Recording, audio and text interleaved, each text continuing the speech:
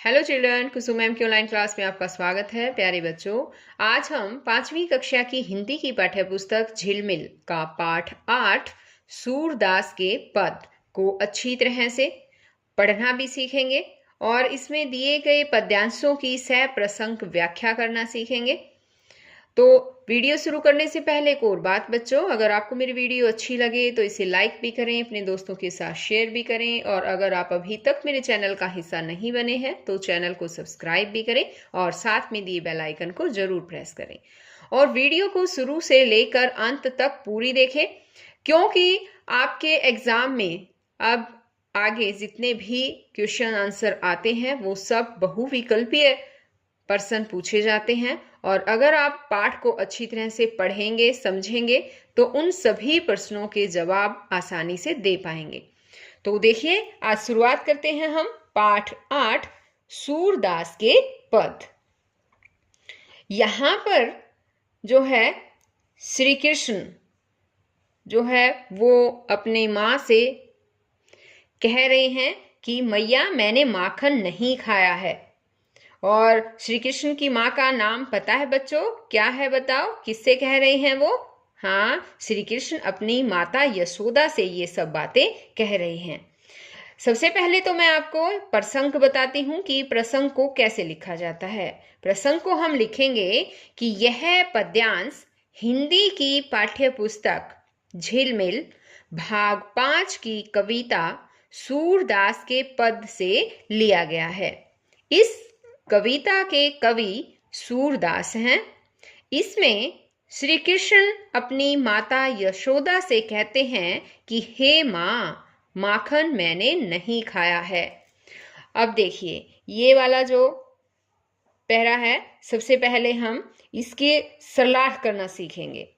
मैया मोरी मैं नहीं माखन खायो, भोर भय गैयन के पाछे मधुबन मोही पठायो।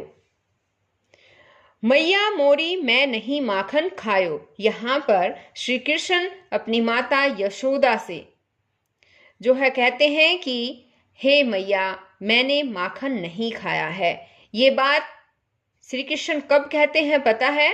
एक गोपी बालक कृष्ण की शिकायत करने के लिए यशोदा माता के पास आती है कि कन्हैया ने उनका सारा माखन चुरा लिया है और खा लिया है। तो यशोदा माँ के पूछने पर श्री कृष्ण जी माता यशोदा से ये बात कहते हैं कि हे मेरी माँ, मैंने माखन नहीं खाया है। भोर भय, भोर का मतलब है सुबह, सुबह होते ही गैयन के पाछे, गैयन होता है गाय, गायों के पीछे मधुबन मोही पठायो, मधुवन में भेज देती हो। तो यहाँ पर श्री कृष्ण कहते हैं कि आप मुझे, कि सुबह होते ही आप मुझे मधुवन में गायों के पीछे भेज देती हो। चार पहर बंसीवट भटक्यो, सांझ परे घर आयो, मैं बालक बहियन को छोटो, छीको के ही विधि पायो। अब यहाँ पर देखिए, इन लाइनों की जो है सरलाट करेंगे हम। चार पहर बंसी बट भटक्यो। चार पहर का मतलब है कि दिन के चारों पहर बांसुरी बजाते हुए कदम्ब वृक्षों के बीच में भटक्यो यानी कि भटकता रहता हूं। सांझ, सांझ का मतलब है शाम को, सायकाल के समय घर आता हूं। मैं बालक बहियन को छोटो यानी कि मैं तो एक छोटा सा बच्चा हूं। मेरी बाहें भी छोटी छोटी हैं। बहियन यानी कि बाहें, बाहें भी छोटी छोटी हैं। छीको के ही विधि पायो, तो हे माँ तुम ही बताओ कि मैं इस छीके, छीका होता है टोकरी, यानी इस टोकरी तक कैसे जा सकता हूं और मैं किस तरह से इस टोकरी में रखे हुए सामान तक पहुंच सकता हूं। ग्वाल बाल सब बैर परे हैं, बरबस मुख लपटायो, तू जननी मन की अति भोरी, इनके कहे पति आयो। बाल, यहाँ पर देखो, ग्वाल बाल सब बैर परे हैं। इसका क्या मतलब है कि ग्वालों के सारे बच्चे, ग्वाल बाल का मतलब है ग्वालों के सारे बच्चे वैर परे हैं, यानी कि मेरे शत्रु बन गए हैं। बरबस मुख लपटायो, उन्होंने जबरदस्ती ही मेरे मुख पर माखन लगा दिया है। तू जननी मन की अति भोरी, हे मां तुम तो बड़ी भोले मन वाली हो। इनके कहे पति आयो, इसलिए इनके कहने पर ही तुम विश्वास कर रही हो। पतियायो का मतलब है विश्वास करना। यह ले अपनी लकुटी कमरिया, बहुत ही नाच नचायो। सूरदास तब विहंसी जसोदा, ले उरकंठ लगायो। श्री कृष्ण माँ यशोदा से कहते हैं कि तुम अपनी लकड़ी और कंबल ले लो। यहां पर जो ये लकुटी दे रखा है, लकुटी का मतलब होता है लकड़ी और कमरिया का मतलब होता है कंबल। तो श्री कृष्ण यहाँ अपनी माँ यशोदा से कहते हैं कि तुम अपनी लकुटी यानी कि लकड़ी, कमरिया यानी कि कंबल, यानी कि लकड़ी और कंबल ले लो। बहुत ही नाच नचायो, तुमने मुझे बहुत ही नाच नचाया है, अर्थात बहुत तंग किया है। सूरदास तब विहंसी जसोदा, ले उरकंठ लगायो। सूरदास जी कहते हैं कि बाल रूप में भगवान श्री कृष्ण की बातों को सुनकर यशोदा जी ने उन्हें उर यानी कि हृदय या और कंठ, कंठ यानी कि गला, यानी कि उन्हें अपने हृदय से, अपने गले से लगा लिया। अब यहाँ पर देखो आगे नेक्स्ट जो है वो पैरा दे रखा है, ये पद्यांश। मैया कब ही बढ़ेगी चोटी, कीती बार मोही दूध पियत भई, यह अजऊ है छोटी।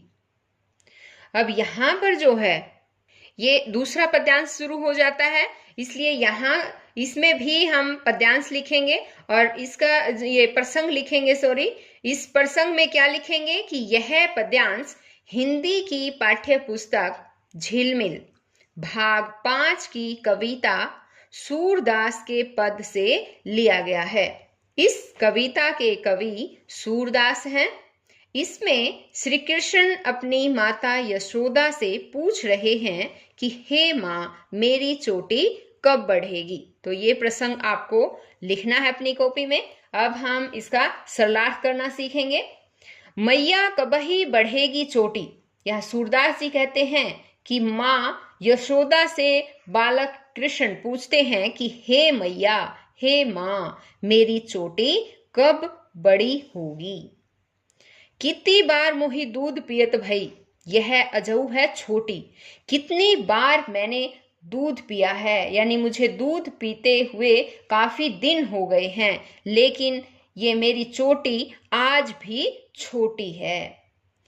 तू जो कहती बल्कि बेनी, जो हवे है लांबी मोटी। काढ़त गुहत नहावत ओछत, नागिन सी भुई लोटी। तू जो कहती, तुम तो कहती हो कि बल्कि बेनी जो हवे है लांबी मोटी, कि मेरी यह चोटी बलराम भैया, बल यानी कि बलराम भैया की बेनी, बेनी मीन्स होता है चोटी, बलराम भैया की चोटी की तरह ही लंबी और मोटी हो जाएगी।